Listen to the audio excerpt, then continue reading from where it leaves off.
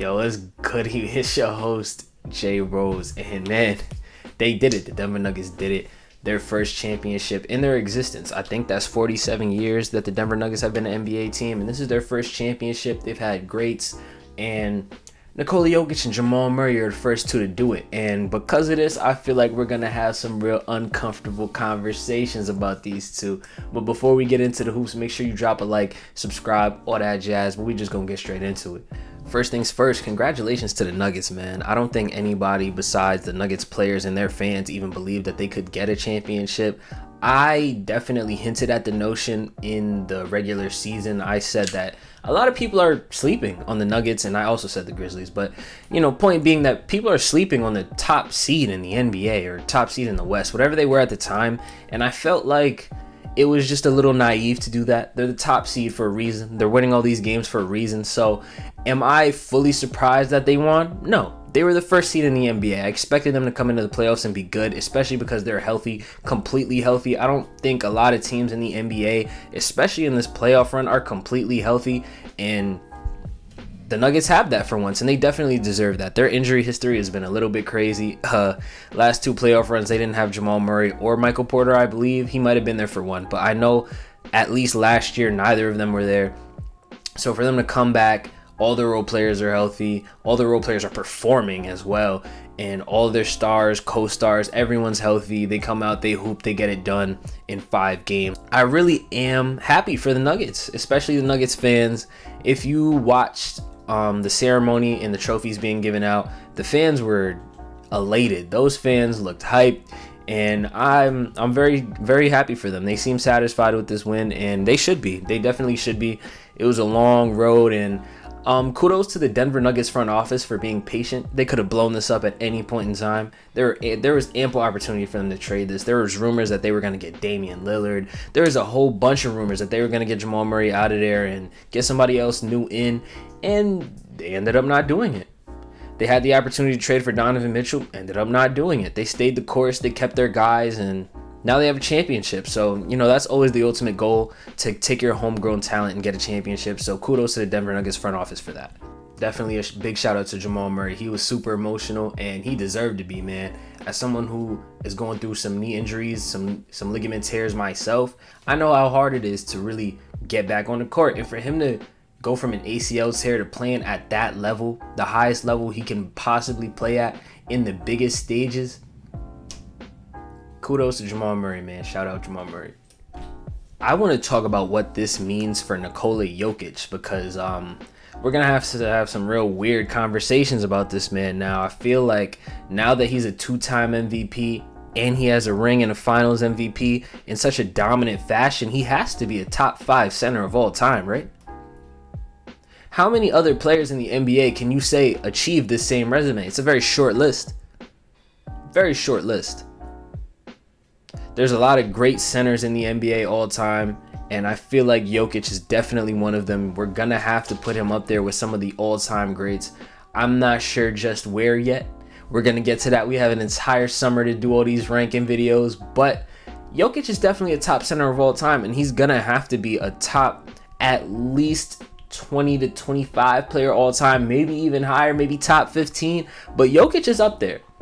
And I feel like he's just going to continue to build on his resume. He's only 28 years old. He's in the middle of his prime, the beginning of his prime. What the number is supposed to be is 27. So yeah, beginning of his prime, more or less. And I feel like he got some more to go. The Nuggets team as a whole is not that old. I feel like they're going to build, and hopefully they can get some more pieces along the line. Just keep retooling over the years so they can keep competing for championships, or at least competing for playoff spots, at least, be a comparable team in the foreseeable future. And I feel like Jokic is going to have an opportunity to really build on that resume, and he's going to end up being real high on the top lists. And as for this series, that was some performance. I'm not going to say I enjoyed the NBA Finals all that much, because I really didn't. I think the NBA Finals was pretty boring, but I'll get to that in a little bit. Jokic was absolutely dominant, not only in the finals, but in the entire playoff run. He went through the Timberwolves, looked dominant.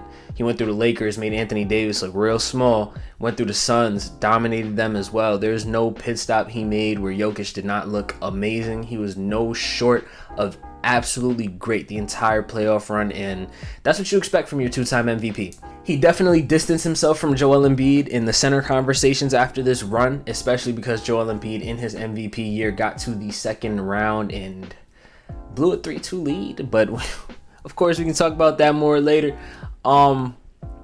Definitely Jokic is 100% the best center in the NBA. No ifs, ands, or buts about it. He might be the best player in the NBA right now. You guys saw my rankings on the short, and if you didn't, I put Giannis at 1 for now. I still believe Giannis is the best player in the NBA, but Jokic is literally right there. You can flip-flop the two for me, and I would not complain at all. Actually getting into the series, the basketball of it, I was not the biggest fan of this NBA Finals. I feel like it wasn't very engaging, and I had to force myself to keep myself in tune with this Finals some of the time. I feel like the offense was not as refined as I thought it was going to look from both sides, if I'm being completely honest. The Denver Nuggets, they had their lulls as a team. They had their spots where they were turning the ball over a lot. They could not hit a three, especially in the last game. Miami, I feel like they had a lot of opportunity to come back in these games because Denver did not look as refined as they looked in some other series, and they just didn't capitalize. I saw that Caleb Martin completely cooled down from what he was in the conference finals. Jimmy Butler looks hurt.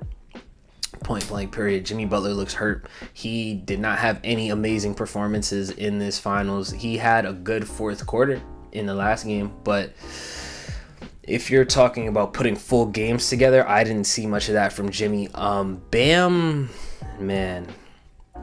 Adebayo, I thought he would be a lot farther along in his development, and I feel like he may have peaked, honestly.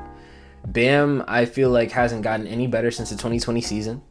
He is very timid. He's not aggressive enough. He's small. And Jokic absolutely bodied him every single game of this series. Even when Bam made his presence felt, he couldn't do it for a whole game. The first half of Game 5, Bam came out and he looked great. And then the second half, I think he had 2 points and 3 rebounds for the rest of the game. Bam is not assertive enough. He's not aggressive enough. And I just don't really see the vision with bringing him back and having the Miami Heat do this all over again, because at the end of the day, I feel like if the Heat run into an elite center, Bam's going to get exposed. And that's just how I feel about the situation. I feel like Joel Embiid and Jokic, you're going to have to run into one of those two guys eventually, I feel like. And even if it's not them, and let's say you run into an Anthony Davis or maybe Giannis again. Giannis definitely, he gave Bam issues in the first round. Even though the Bucks lost, Giannis was still amazing in that first round. I don't think Bam can really hang with these upper echelon centers. And that's one reason I did want the Celtics to go to the finals. I felt like the Celtics had a much better defensive outlook that they could put onto Jokic rather than just having the Heat put Bam on Jokic and see how it works or run their zone. I definitely like the fact that the Celtics had Robert Williams, Grant Williams, Al Horford, all these guys that are great defensively, gave Joel Embiid problems and can go in and possibly make it harder for Jokic. But, it is what it is. I felt like this series was pretty boring for what it was. I definitely expected it to be more high octane, more entertaining, but we just didn't get that. And that has nothing really to do with the two teams. I felt like for most of the series, Denver really did just dominate. And Miami was not equipped to really hang with them at all. They weren't. And I knew that going into this series, but actually watching it in action is like, yeah, Miami did not have the personnel to come into this game and really win this series. They didn't. And looking at the fact that Tyler Hero was out as well, and when you saw their offense just getting completely slowed at certain points, it was like, yeah, they can definitely use a Tyler Hero here. The lack of Tyler Hero's presence definitely was felt. They needed him on the court this entire series. Their offense was a bit slow. And listen, for Miami, relying on these guys like Caleb Martin, Gabe Vincent, Duncan Robinson to get you a bulk of your points when honestly they're not really gonna shot create for themselves too much is not a good look. I feel like they're gonna need an extra guy. They're gonna need another star. And listen, all things are pointing towards Damian Lillard being available. I think Dame on the Heat would be a real good fit.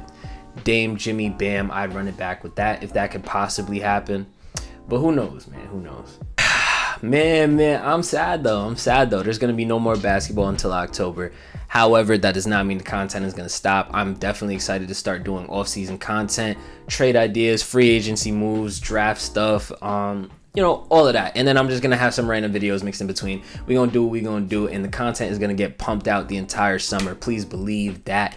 And this was the BagTalk podcast. I'm going to see you on the next episode.